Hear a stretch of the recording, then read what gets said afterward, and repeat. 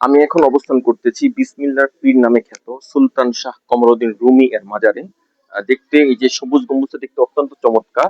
আমরা সবসময় জেনে থাকি শাহজালাল, শাহপরান, খান জাহান আলীর মাজার সম্পর্কে এবং তাদের ইসলাম প্রচার সম্পর্কে আমাদের এই অত্র বঙ্গে।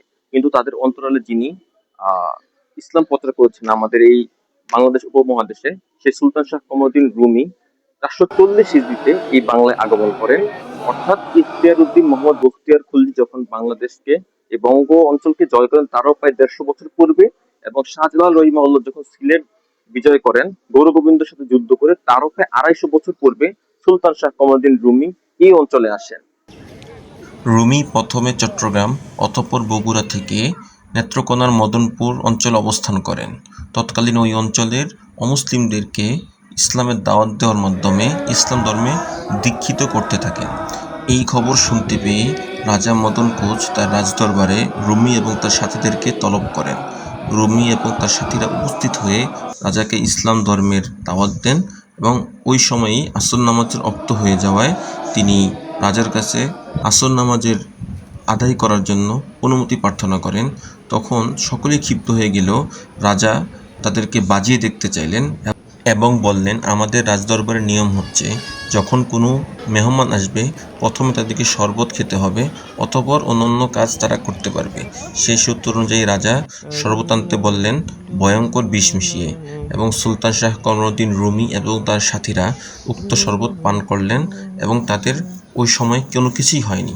এই দৃশ্য দেখে রাজা এবং তার সাথীরা অত্যন্ত চমকে গেলেন এবং তাদেরকে নামাজ পড়ার জন্য অনুমতি দিলেন। যখন তারা নামাজের জন্য জায়নামাজ বিছালো তখন পুরো রাজদরবার অলৌকিকভাবে জায়নামাজে ভরে গেল এবং তারা সুন্দর এবং সঠিকভাবে নামাজ আদায় করলেন।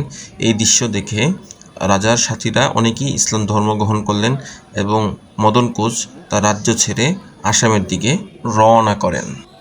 এই মাজারে যদি আপনারা কখনো আসেন, এই মাজারটা মানে স্থাপনার জায়গা থেকে বা অবস্থান জায়গা থেকে অনেক অসাধারণ এবং সুন্দর। পাশে মসজিদ, সুন্দর গম্বুজ বিশিষ্ট মাদ্রাসা, আলিয়া মাদ্রাসা আছে এখানে। এবং এখনই এই অঞ্চলটা এতটাই নিশ্চুপ বা ঠান্ডা এরিয়া। যখন উনি আসছিলেন প্রায় আজকে থেকে প্রায় ১১০০ বছর পূর্বে, তো একটু কল্পনাই করা যাচ্ছে যে কতটা নীরব নিভৃত এই অঞ্চলটা ছিলেন। এবং যারা সুফি সাধক তারা চেষ্টা করেন যেটা নীরবে থাকার জন্য, ধ্যানমগ্ন হওয়ার জন্য। এবং উনার ওনার ইসলাম বা বাংলাদেশের ইসলাম প্রচারের ভূমিকা সবচেয়ে বেশি। এবং উনি সুলতান শাহ কমরউদ্দিন রুমি, যার পদচারণায় নেত্রকোনার এই মদনপুর অঞ্চল ধন্য। এবং উনি বাংলাদেশের যত পীর সাহেব বা অলি গাউস কুতুবরা এখানে আসছেন, শাহজালাল, শাহপরান, সুলতান শাহ কমরউদ্দিন রুমি, এবং কথিত আছে যে লালমনিরহাটের সাদ বিন আবি ওয়াক্কাস রাদিয়াল্লাহু তাআলা আনহুর মাজার মসজিদ আছে।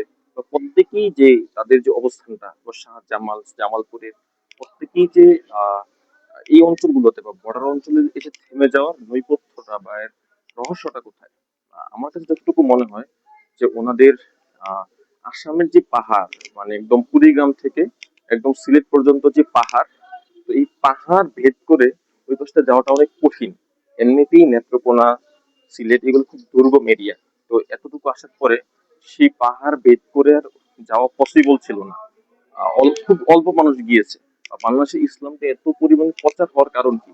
সৌদি আরব, ইরাক, ইরান বা টার্কি থেকে যারা আসছেন এখানে ইসলাম প্রচার করার জন্য, আহ তারা কিন্তু আর এই বঙ্গটাকে ক্রস করে যেতে পারেন নাই। বাংলাদেশে তো পীর সাহেব, এটার একটা অন্যতম কারণই হচ্ছে যে অধিকাংশ যেতে পারেন নাই বাংলাদেশ থেকে অন্য কোথাও। প্রত্যেকে এসেছেন চট্টগ্রামে নোঙর করেছেন এবং বাংলাদেশে বিস্তৃতভাবে তাদের দিন প্রচার করেছেন। এবং যার কারণে বাংলাদেশে এত পরিমাণে অলিয়া উলিয়াদের মাজার। এবং সেই থেকেই এত মুসলিমদের বাংলাদেশের সংখ্যা, কারণ তাদের অত্যন্ত কষ্ট ও পরিশ্রমের বিনিময়ে আজকে আমরা এত সুন্দর মুসলিম অধ্যুষিত একটি বাংলায় বসবাস করতে পারি।